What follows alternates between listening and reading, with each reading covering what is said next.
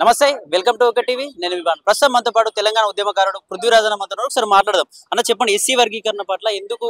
మాలలో అసంతృప్తిగా ఉన్నారు ఇది రాజ్యాంగ వ్యతిరేకంగా ఉందని చెప్తా ఉన్నారు ఏదైతే వేల గొంతులు లక్ష డప్పుల ప్రోగ్రామ్ ఏదైతే ఉందో దానికి రాజ్యాంగబద్ధంగా లేదు వ్యతిరేకంగా ఉంది మేము కర్రలతో బరిసెలతో వస్తాం దాన్ని వ్యతిరేకించడానికి అని చెప్పి మాలలు చెప్తాం ఎందుకు ఇట్లా చెప్పాల్సి వస్తుంది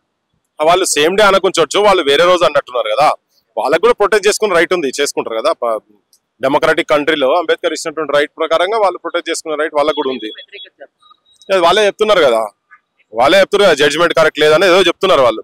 జడ్జిమెంట్ లో సుప్రీంకోర్టు జడ్జిమెంట్ ఏంటంటే రాష్ట్రాలకు అధికారం ఉంది వర్గీకరణ చేసుకోవచ్చు అనేది చెప్పిండ్రు దాన్ని అమలు చేయమని చెప్పినాం అది రాగానే మేము అమలు చేస్తామని తెలంగాణ ముఖ్యమంత్రి కూడా అసెంబ్లీలో చెప్పిండు కదా చెప్పిండు వెనుక ఎందుకు వెనుక పోతున్నాం అని చెప్పి మేము ఆయన అడిగేటందుకు అని చెప్పి డప్పు కొట్టి ఆయనకు చెవులు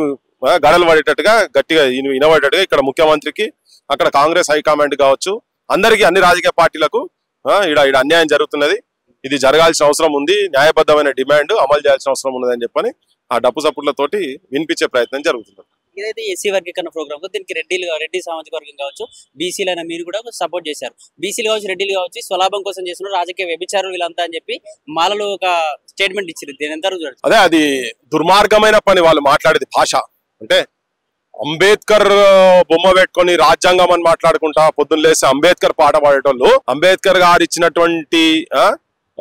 విజ్ఞానం గదేనా నేను ఇంతకుముందు చెప్పినా మళ్ళీ చెప్తున్నా కాంచీరామ సొంటోళ్ళ గురించి కూడా మాట్లాడుతుంటారు కాంచీరామ్ గారు ఇచ్చినటువంటి చైతన్యం ఇదేనా ఇదే బూతులు మాట్లాడమన్నాడా నువ్వు చర్చ జరగాలి ఏం స్వార్థాల సమాజం అంతా ఒక దిక్కుంటే ఇప్పుడు పొద్దున్న లేచి ఇతర వర్గాల మీద వాడు నువ్వు ఎందుకు వద్దంటున్నావు అనే దాని మీద కన్విన్సింగ్ లేకనే కదా మరి నేను మిగతా సమాజం అంతా ఎందుకు వస్తలేదు మీరు ఎందుకు పెట్టలేకపోతున్నారు ఇలా తెలంగాణ గురించి భీకరంగా తిరిగినటువంటి మా ఓటోలము ఎందుకు మీరు అనుకున్న ఆర్గ్యుమెంట్ తో మేము ఎందుకు ఏకీభవిస్తలేము సుప్రీంకోర్టు జడ్జిమెంట్ ఇచ్చిన పార్టీలో మేనిఫెస్టోలో పెట్టినాక మళ్ళీ వీళ్ళు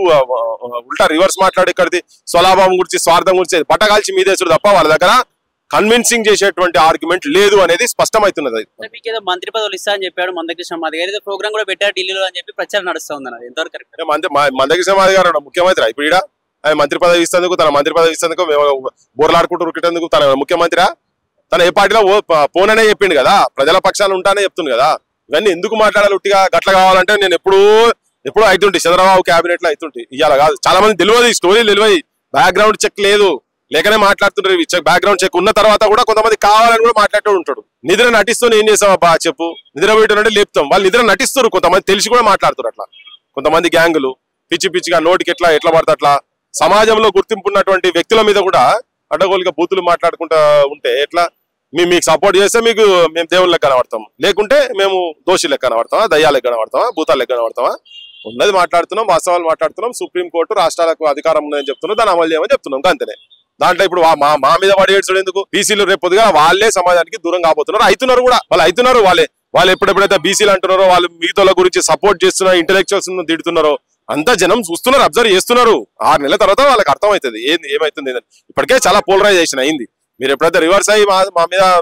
దండయాత్ర చేసిర్రో మొత్తం ఈ వర్గాలు మొత్తం ఒకటైతున్నాయి చూసుకోండి అది మీరు కింద మీ నేల మీ కింద సాప కింద నీళ్లు వస్తున్నాయి మీకు తెలుస్తలేదు వ్యతిరేకిస్తున్నటువంటి వాళ్ళు మీరు ఎందుకు వ్యతిరేకిస్తున్నారు దాని మీద మాట్లాడాలి కానీ మీరు అడ్డగోలుగా నోటికి వచ్చిన బూతులు వచ్చిన వల్ల నువ్వు మంచితనం చేసుకొని ఇంకేమైనా కన్విన్సింగ్ ఆర్గ్యుమెంట్ ఉంటే చేసుకోవాలి కానీ మీరు లంగల్ దొంగలు ప్రాస్టిట్యూట్స్ మెంటల్ మేధావులు ఇటువంటి మాటలు మాట్లాడితే మేము కూడా డిఫరెంట్ సామాజిక వర్గాలకి వచ్చినాం కదా మా వాళ్ళు కూడా అబ్జర్వ్ చేస్తుంటారు మీ దాంట్లో ఉన్న దాంట్లో కూడా 59 కులాల ఎస్సీలల్లో 58 కులాలు కావాలంటున్నాయి ఈ న్యాయబద్ధం మాకు కావాలి మా వాటా మాకు రావాలి ఒకటే సామాజిక వర్గాల వాళ్ళు దీనిలో దోసుకుంటున్నారని చెప్తున్నారు వాళ్ళు పోయి కమిషన్ల ముంగట అప్లికేషన్లు కూడా పెట్టిండ్రు ఇంకేంది ఆ వర్గాలకు సంబంధించినటువంటి వాళ్ళు కూడా కొంతమంది ఇది కూడా చేస్తున్నది పైసలు బాగా సంపాదించి కూర్చున్నారు కదా కుప్ప మీద కూర్చున్నారు కదా ఒక అటువంటి వాళ్ళు చేస్తున్నారు ఈ పని ఏదైతే మందకృష్ణ మాదిగ గారు అంబేద్కర్ ఐడియాలజీ నడిచే మందకృష్ణ మాదిగ గారు ఎందుకని ఓన్లీ హిందుత్వం కోసమే పనిచేసే బీజేపీకి ఎందుకు సపోర్ట్ చేయాల్సి వస్తుంది అప్పుడు ఎలక్షన్ లో కూడా వాళ్ళకి ఎందుకు సపోర్ట్ గా మాట్లాడారని చెప్పేసి కొందరు మాల మేధావుల యొక్క చర్చ నడుస్తుంది దీని దేశ ప్రధానమంత్రి ఎవరు ఏ పార్టీ దేశం ఏ పార్టీ రన్ చేస్తున్నది మరి సమస్య ఉన్నప్పుడు సుప్రీంకోర్టు దగ్గర ఉన్నప్పుడు గవర్నమెంట్ నుంచి నీకు అఫిడవిట్ పడాలంటే ఎవరి దగ్గర పోవాలి ప్రభుత్వం వాళ్ళే కదా అంతే కదా కాంగ్రెస్ ఉన్నప్పుడు కాంగ్రెస్ దగ్గర పోయింది కదా కాంగ్రెస్ వాళ్ళు పెట్టలే కదా వీళ్ళ దగ్గర పోయి సపోర్ట్ అడుగుతున్నాడు భయ్ దాని తప్పేంది పాకిస్తాన్ దగ్గర పోయి అడుగుతలేడు కదా ట్రంప్ దగ్గర పోయి మాట్లాడతలేడు కదా జర్మనీ దగ్గర పోయి మాట్లాడతలేడు కదా.